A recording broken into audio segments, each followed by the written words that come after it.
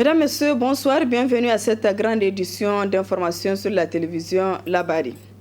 Débutons ce journal par la ville de Difa qui est paralysée ce lundi. Aucune activité n'est exercée, tout est arrêté. Visiblement, le mot d'ordre du comité de veille qui fustige à la mauvaise gestion de la situation sécuritaire qui se dégrade du jour au lendemain est bien suivi. Le point de cette première journée de la ville morte avec un des membres du comité de veille joint au téléphone ce matin. À l'instant, la population a respecté les consignes que nous avons données un peu partout, surtout dans les grandes villes et à 100%. Et à 100% à l'instant. Donc, ce qui a fait qu'aujourd'hui, à Difa, même si vous voulez avoir de l'eau fraîche, vous ne pouvez pas avoir, même si c'est du beignet, il n'y a rien. Les boutiques sont fermées depuis hier nuit. Et jusqu'à présent, les gens sont là à la FADA en train de côté seulement. Donc, à vous comprendre, rien ne bouge actuellement à Difa. Rien ne bouge. Quand vous voyez quelqu'un bouger, juste c'est les FDS.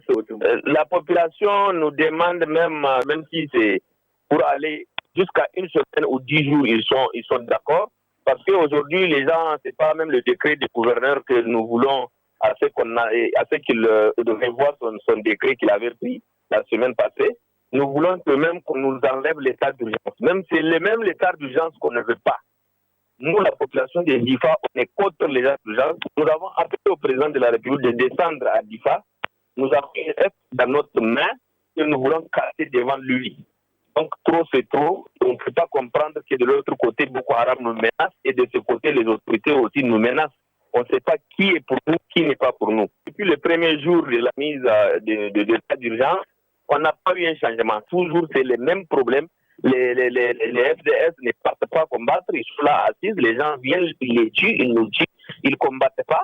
Et pourtant, il y a un budget vraiment colossal que l'État a mis en train de finir avec cette histoire de Boko Haram. Aujourd'hui, partout, la population de Difa, tout le monde est en train de jeûner. Nous sommes en train de jeûner. Tout celui qui veut, en tout cas, qu'il soit à contre ce que nous voulons, qu'Allah subhanahu wa ta'ala fasse ce qu'il ne pense pas de lui.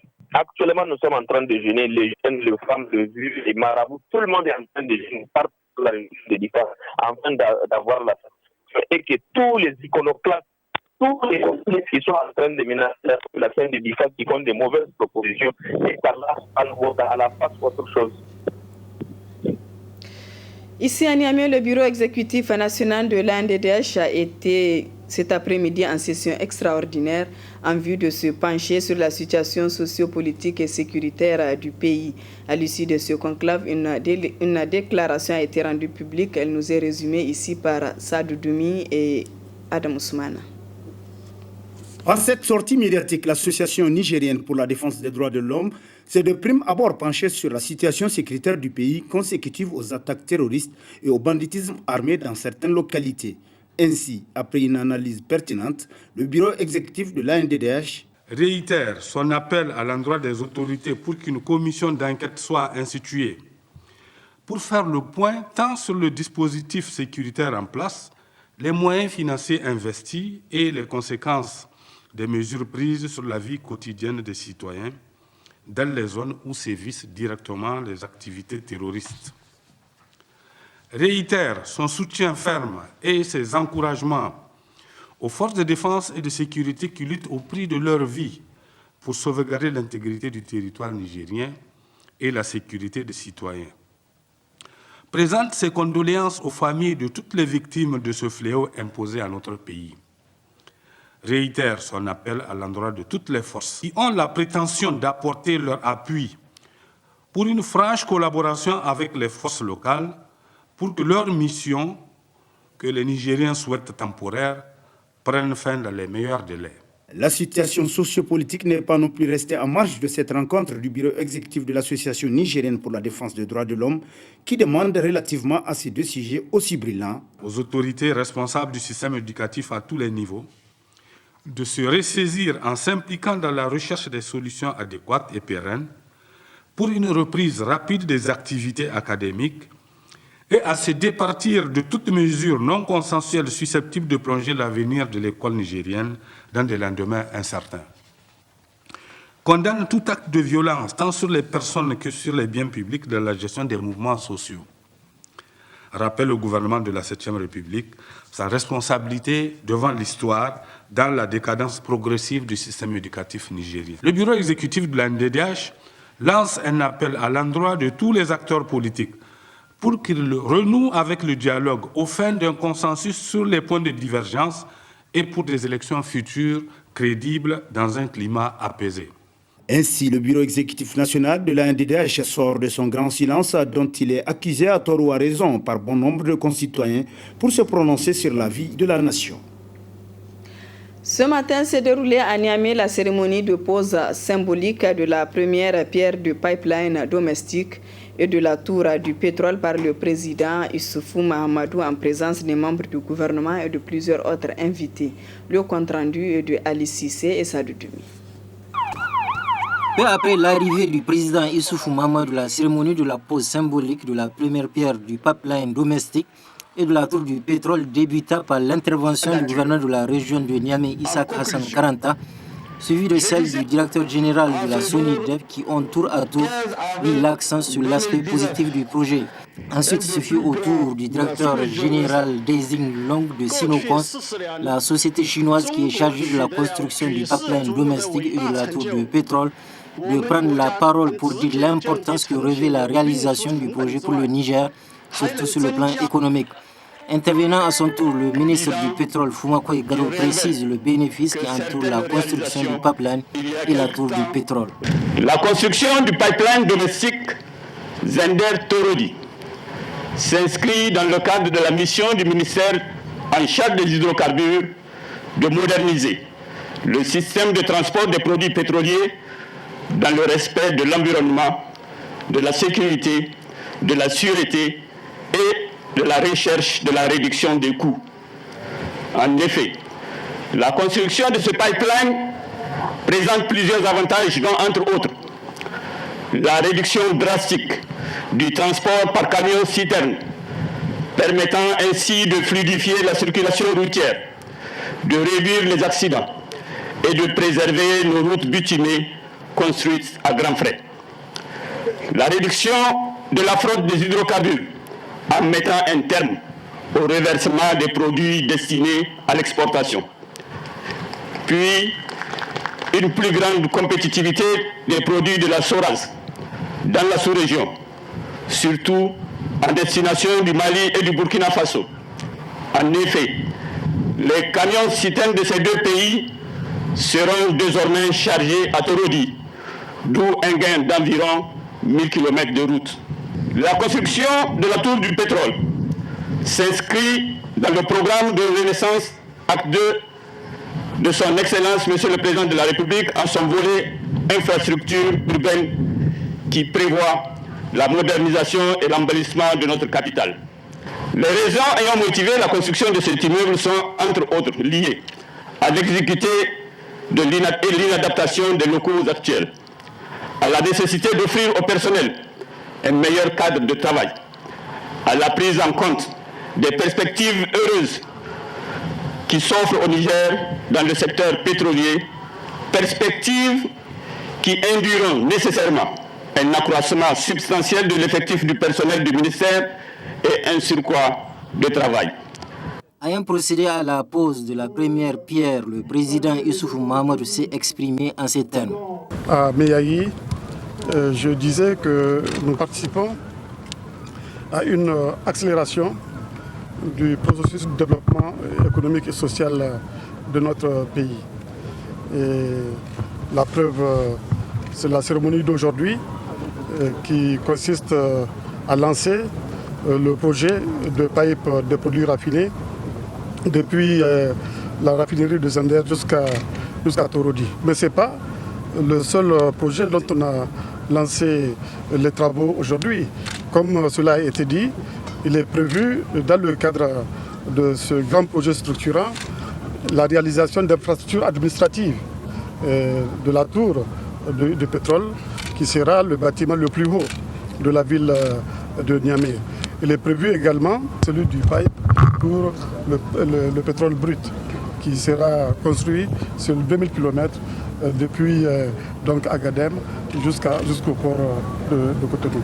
Enfin, il faut noter qu'en plus du pipeline et de la tour de pétrole, la société chinoise Sinocons dotera la ville de Tawa d'un hôpital de référence ultramoderne.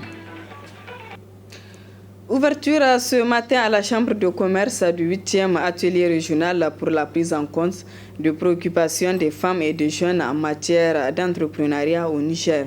Cette rencontre vise l'actualisation du cadre stratégique national de promotion de l'entrepreneuriat des jeunes au Niger. Le compte-rendu de Mariama Christine Bormou et Aboubakar Souley. Prendre en compte les préoccupations des femmes et des jeunes en matière d'entrepreneuriat au Niger, c'est l'objectif de cet atelier qui s'inscrit dans le cadre de la mise en œuvre du projet d'appui à la promotion de l'entrepreneuriat des jeunes au Niger. Une initiative de l'ONG Action contre le chômage et la migration ACM Niger en collaboration avec le ministère de l'entrepreneuriat des jeunes sous le financement de Oxfam. Après le lancement des travaux dans les 7 régions du Niger, ceux de la région de Niamey ont été lancés par le secrétaire général du gouvernorat de Niamey. Ce projet vise d'une manière générale à appuyer l'État pour l'actualisation du document en cadre stratégique national de promotion de l'entrepreneuriat des jeunes au Niger, adopté par le gouvernement en mai 2008. De manière spécifique, il s'agit d'offrir aux femmes et aux jeunes un cadre de promotion et de développement de l'entrepreneuriat au Niger. Faciliter aux jeunes la création de petites et moyennes entreprises. Améliorer le climat des affaires au Niger.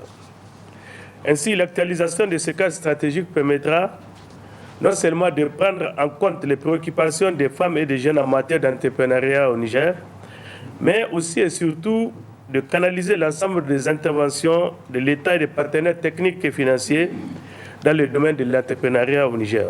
Pour le coordonnateur de l'ONG ACN Niger, ce projet est une opportunité pour réduire le chômage des jeunes au Niger. Ce document servira de cadre de référence pour l'ensemble des interventions de l'État et des PTF dans le domaine. C'est dire que chaque intervenant dans le domaine de l'emploi des jeunes sera amené à, en tout cas sera tenu de se référer à ce cadre stratégique qui sera actualisé, notamment les questions liées au chômage et au l'emploi des jeunes, les atouts et les limites dans le domaine de l'emploi des jeunes au Niger, particulièrement dans la région de Niamey qui est concernée, les structures d'encadrement des PME et le financement aussi, et bien d'autres thématiques. L'atelier, ce n'est pas uniquement la région de Niamey, c'est l'ensemble des 8 régions. Nous avons déjà sillonné l'ensemble des 7 régions. Aujourd'hui, la Niamey constitue donc la dernière étape. Au cours de cet atelier, les participants auront échangé sur le cadre stratégique et la présentation des états des lieux de l'entrepreneuriat des jeunes.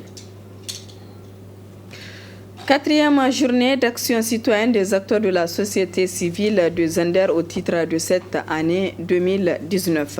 À travers cette marche pacifique, les organisateurs exigent toujours la libération de l'activiste Sadat Ilia Damala.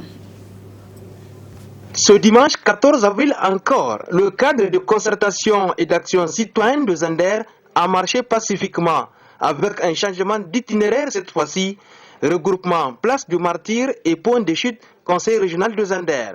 C'était une immense marée humaine qui scandait des slogans hostiles, libérer Sadat Ilia Damalam et Maître Lourouane Abdraman. Aussi les soutiens à la population de Difa et Tilaberi, victimes d'une insécurité grandissante. L'image du jour de cette 4e sortie des organisations indépendantes de la société civile de Zender, c'est sans doute le fils de Sadat Ilia Damalam.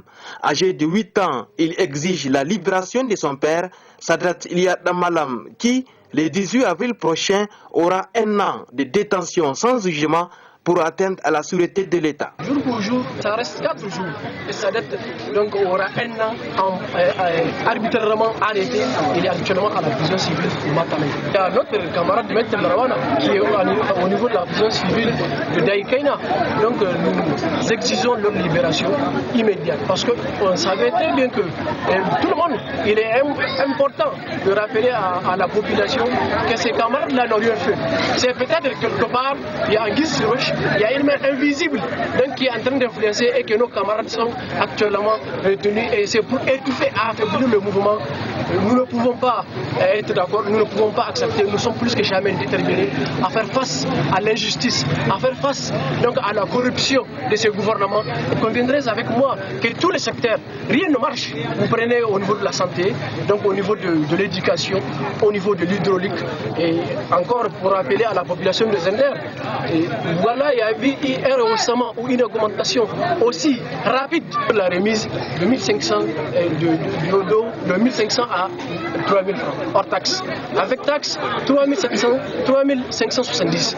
Il faut que les gens se ressaisissent à l'endroit de la population de Difa. Que nous voulons que le président de la République lui-même en question se déplace pour aller présenter ses condoléances à Difa. Pourquoi envoyer tout le temps des personnes pendant que lui-même il dit qu'il a été élu à 92% et qu'il est incapable de partir présenter donc ses condoléances à la population de Difa. Le gouvernement de la 7e République de Issou Mamadou est en train d'entraîner les Nigériens. Ils sont en train d'appauvrir les Nigériens à d'autres fins pour qu'aujourd'hui qu'ils viennent aux élections et distribuer ce qu'ils ont l'habitude de faire. Donc la politique de 5 ans, de 1000 francs est finie. L'autre but de cette marche pacifique, c'est aussi la lutte contre la loi des finances 2019, la mauvaise gestion de la ville de Zender, la paralysie dans le secteur éducatif et sanitaire de la ville de Zender, Zender qui reste à présent la seule ville où les acteurs de la société civile regroupés au sein du cadre de concertation et d'action citoyenne organisent régulièrement la journée d'action citoyenne presque chaque 2 semaines. Quelques jours après l'intronisation du chef de canton de l'Arewa, les héritiers et alliés de la chefferie de l'Arewa ont organisé une manifestation. Au cours de celle-ci, les héritiers ont réitéré leur recours auprès du Conseil d'État qui jusque-là n'a toujours pas délibéré. Ils ont également lancé un appel à l'association des chefs traditionnels à la neutralité. Les images. C'est devant l'esplanade de la cour du défunt chef de canton de l'Arewa, Amadou Gao, qu'a eu lieu ce samedi 13 mars 2019 un grand rassemblement des héritiers légitimes et alliés de cette chefferie. Ce rassemblement a mobilisé les grandes familles issues de la chefferie de l'Arewa, à savoir la lignée Wajangebe, les Bilawa, les Daleni Gabas et Bozarawa Matankari, dont les candidats estiment être victimes de la mascarade du pouvoir politique lors des élections passées pour la succession du défunt chef de canton. En tête, l'honorable député Yakoubou Soumana Gao. Ces candidats contestataires ont dénoncé les manœuvres politiciennes orchestrées par le régime en place afin de leur confisquer la victoire. En intervenant en langue, Yakoubou Soumana Gao et Soulé Zangui ont dénoncé la mainmise du pouvoir dans les affaires de la chefferie traditionnelle de l'Arewa, car ils ont déploré la précipitation avec laquelle la décision d'introniser l'actuel chef a été prise, alors qu'ils ont déposé un recours à la Cour d'État qui n'a pas encore rendu son verdict. C'est contre cette injustice dont ils sont victimes que ces candidats issus de la lignée des 4 grandes familles suscitées décident de ne pas cautionner la légitimité de l'actuel chef de canton intronisé. Pour ces derniers, cette intronisation est un non-événement. Tout en appelant leur base au calme et à la sérénité pour préserver la quiétude sociale, ces candidats à la chefferie du canton de l'Arewa ont réaffirmé leur engagement à se battre pacifiquement jusqu'au rétablissement de l'ordre et la manifestation de la vérité. Nous avons organisé la manifestation pour dire à la population de l'Arewa, tout entière, sans distinction, le mensonge qu'ils sont en train d'orchestrer en disant que le lignage de Bozara Matankari a retiré sa plainte. Non, la plainte elle est là, elle évolue son cours parce que ce n'est pas le chef, soi-disant le chef de village de Bozara qu'on a attaqué. Nous avons attaqué le gouvernement du Niger qui a procédé à une élection irrégulière dont tout le monde a vu. C'est pour cela que nous sommes là. Et que la population tout entière, vous avez vu, elle est unanime. Elle est unanime qu'il faut reprendre. Ça, on est conscient qu'il faut reprendre. Nous sommes là, c'est pour dire que vraiment, ça ne nous concerne pas de près ni de loin. Occuper le palais actuel, mais qui va occuper le palais actuel? Les dignitaires vont occuper le palais actuel. Mais quelqu'un, ils sont partis hier faire le, soi-disant, l'historique de l'Arewa. Ils n'ont pas pu le faire. Tu ne peux pas partir faire un historique d'une chefferie dont ton père n'a jamais hérité, ton grand-père n'a jamais hérité. Aussi, ils ont lancé un vibrant appel à l'association des chefs traditionnels du Niger pour qu'elles s'investissent davantage afin de préserver la dignité et la valeur de la chefferie traditionnelle en évitant toute immixtion dans ces affaires. A noter que lors de cette manifestation, les dépositaires de tambours guerriers, les chefs animistes et les grands griots de la cour, tous les vaillants dépositaires de la tradition et de la culture de l'Arewa ont réaffirmé leur soutien à ces 4 grandes familles, notamment Yakuba Soumana Gao jusqu'à l'heure de la vérité. Plusieurs animations artistiques et chants de soutien ont agrémenté la cérémonie. Du sport, la Ligue équestre de Niamey a procédé le week-end écoulé au renouvellement de son bureau exécutif. Au terme des travaux, c'est Hassan Mohamed qui a été élu président de la Ligue équestre de Niamey. Le compte rendu de Ibrahim Tikiré et Ibrahim Abdou. L'ensemble des éleveurs à jour de Niamey étaient tous présents à l'Assemblée générale élective de la Ligue régionale des sports équestres de Niamey. Après la vérification des délégués par un huissier, les participants ont adopté le rapport moral et financier du bureau sortant. Puis place au processus électoral dont le collège électoral a été balisé des membres de la Fédération nigérienne des sports équestres. 2 candidats étaient en lice au poste du président. Il s'agit de Hassan Mohamed et Boukari Medouka. Ce dernier a finalement jeté l'éponge car selon lui, la table de séance n'a pas respecté le processus sur l'adhésion de nouveaux éleveurs le jour du vote. Et c'est sans surprise et à l'unanimité que M. Hassan Mohamed a été élu président de la Ligue équestre de Niamey.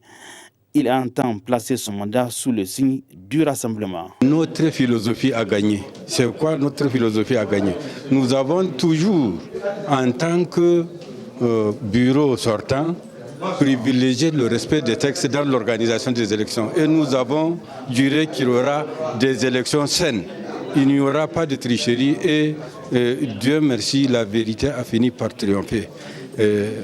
Nous avons exigé, nous avons été intransigeants. Bien sûr, bien avant, nous avons fait des concessions.